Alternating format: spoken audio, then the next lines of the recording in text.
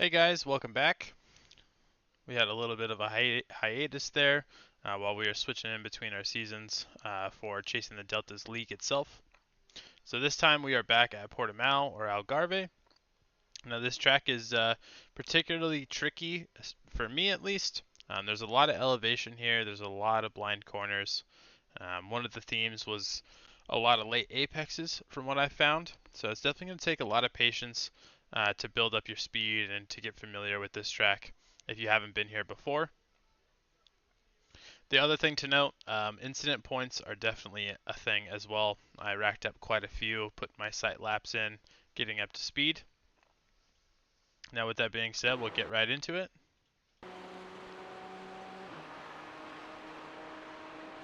Coming up to turn 1, we want to think long term for this whole complex here. So this is what I would consider a triple apex, or excuse me, a double initially, with that last apex being a late apex out of the 3 corners. Now, as far as a brake marker goes, it's going to be a little bit tricky to find one exactly. What I've been using is right after I pass this 150 board or the line itself. Brake lights come on. We're going to downshift from 6th all the way down to 3rd. We want to get the car slowed down in time to get back on throttle right at apex. So we can see we're getting about 90-95% right before we're hitting the apex here. If you find that you're not getting on throttle until after the apex, you have not slowed the car down enough. Now it is going to be a little bit tricky to figure out how soon or how late you are with the brakes, throttle, because this track is so big, especially for a GT4's pace. So I'm going to be pointing out a lot of stuff like that over the lap guide. So once we go across, or once we pass the apex of turn 1, we're going to get close to the apex here. You can drive on this rumble strips. You can be a little bit off. There's not a huge difference here. We're going to track out, and as soon as we're coming up to the rumble strips is when we're going to start getting on the brakes. Now we definitely want to make sure we're getting on the brakes before this white line here. Make that a point of reference. If you're getting on the brakes at it or after it, you will blow this next right-hander.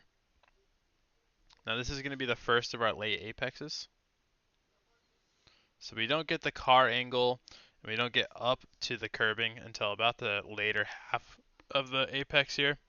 The reason why this is important, if we track out too far to the left, that's going to compromise our next corner here. Now we also don't want to track all the way out to the right here. This is going to add distance. We do want to open up this corner as much as possible. We want to have the car pointed as straight as we can get it without carrying or adding too much distance. As we're coming across this next turn, this uphill left-hander, the car has a huge tendency to get pretty loose. So if we track too far to the right, we're going to add distance. If we don't track out far enough, if we don't open this corner enough, then we're going to have a really sharp steering angle as we're cresting this hill. The car is going to get pretty loose, and then you're going to spend more time collecting that rear end than you are putting the power down.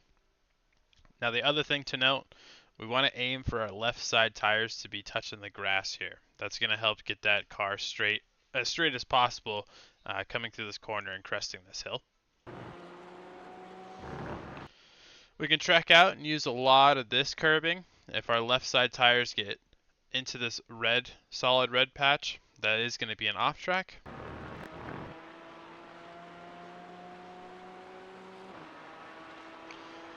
Now coming up to the hairpin, this has been a little bit tricky to find a braking reference for. So we have this runoff road or a different layout that we can potentially use. Now something that I've been trying to use more so, as we're coming up to the road surface, there is a little bit of up and down in the surface itself. Get zoomed in here.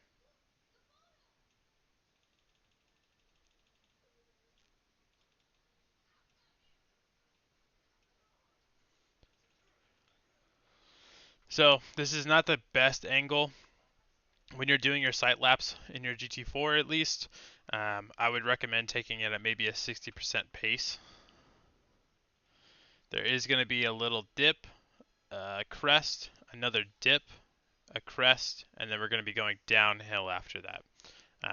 If you can find it, if you can point it out, then that second crest or the second dip is where we really want to be getting the car on the brakes. Adjust back here.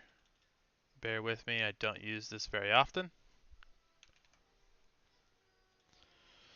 So we're going to downshift all the way into second gear, at least in the Porsche, and that's probably going to be the theme for all of the cars. This is a very slow corner, so you will find at the full speed lap after this, I will be using a little bit of the ABS. Ideally, we don't want to be using ABS here, but it is alright to use a little bit of it, especially in the slow corners where we have a long straight afterwards. That's going to give the tires a chance to cool down. Now coming up to this next right-hander, we're going to put our left side tires right up against the curbing. We're going to use moderate to light brake pressure here. Anything more than that, the front end's going to want to plow a little bit. We can get right up against this yellow curbing, but we do not want to touch this. Again, if you haven't driven here before, this is going to be a killer for your lap. It's going to make the car jump. It's going to push you wide. It's going to delay rotation. Overall, it's just not going to be great. So we want to avoid any of our yellow curbs or our yellow sausage curbs, turtles, whatever we want to call them. Coming off that corner, once again, a lot like turn 4. As we're approaching the curbing here, we're going to start getting on the brakes. We're going to get an early turn in because this is uphill, so we can roll a lot of speed into the corner itself. Let me adjust this just a little bit more.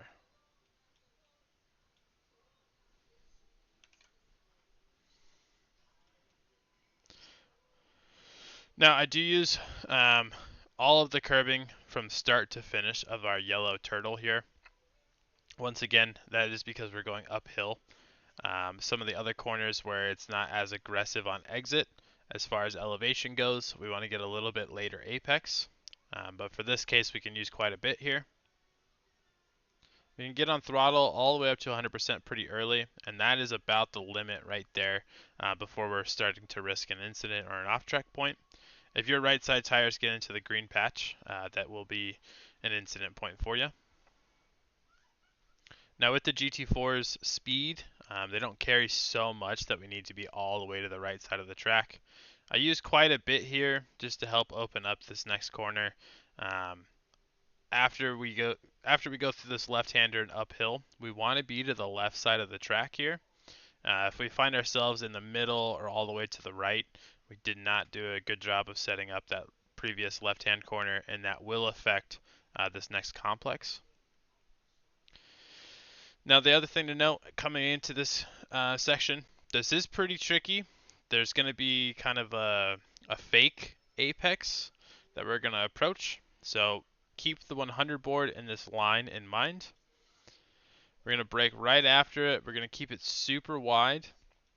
And the line that I like to make with the car is once this curbing starts to appear on the left-hand side, we want to track from here to our apex. Now this is especially tricky because this corner is blind, so you can't see a whole lot of reference points. Now if I'm going to back it up here, we can see this pole in the distance on the hill. If our car is pointed in this direction, as we crest the hill, we want to start turning right, and that'll set you up into a good angle coming into the complex. So we're going to get on the brakes. As the track flattens out, we can be a little bit more aggressive with the pressure. We're going to trail brake and turn right all the way into our next corner. Get on throttle super early and start tracking out. Now this is once again an area where we don't have to get all the way to the right. You can be middle or even towards the left-hand side of the track because these just don't carry enough speed. It is also uphill, so the car grips up pretty nicely. Now coming up to our next hairpin, we're going to use this white line here as our reference point. As soon as we see this above our dashboard, that's going to be our indication to start getting on the brakes. You can also think about it as being about a car to a car length and a half away from that line before we start to get on the brakes. Now here we do want to make a late apex. We're going to try and get on throttle pretty early. We don't want to track all the way out into this red patch here. You can, but that is going to add extra steering angle to get all the way over to the left. Now, this downhill 180 is going to be especially tricky for the sports car challenge this week. That's looking like a lot of rain. So this is a downhill right-hander, and it doesn't have any camber against the apex here. So in the rain, this is going to be especially tricky to navigate. I foresee a lot of people going straight off to the left-hand side here. So be very cautious of that. Now coming into the corner, at least in the dry, we want to use pretty light brake pressure here. If we get into the ABS too much, it's going to cause the car to understeer. You're going to delay your rotation, get back on throttle too late. So we definitely want to be very gentle. If anything, be early with your inputs here as well. Get right up onto the curbing. And once we get there, we have quite a bit of room on track out. So you can get on throttle pretty early without risking going too far off to the left.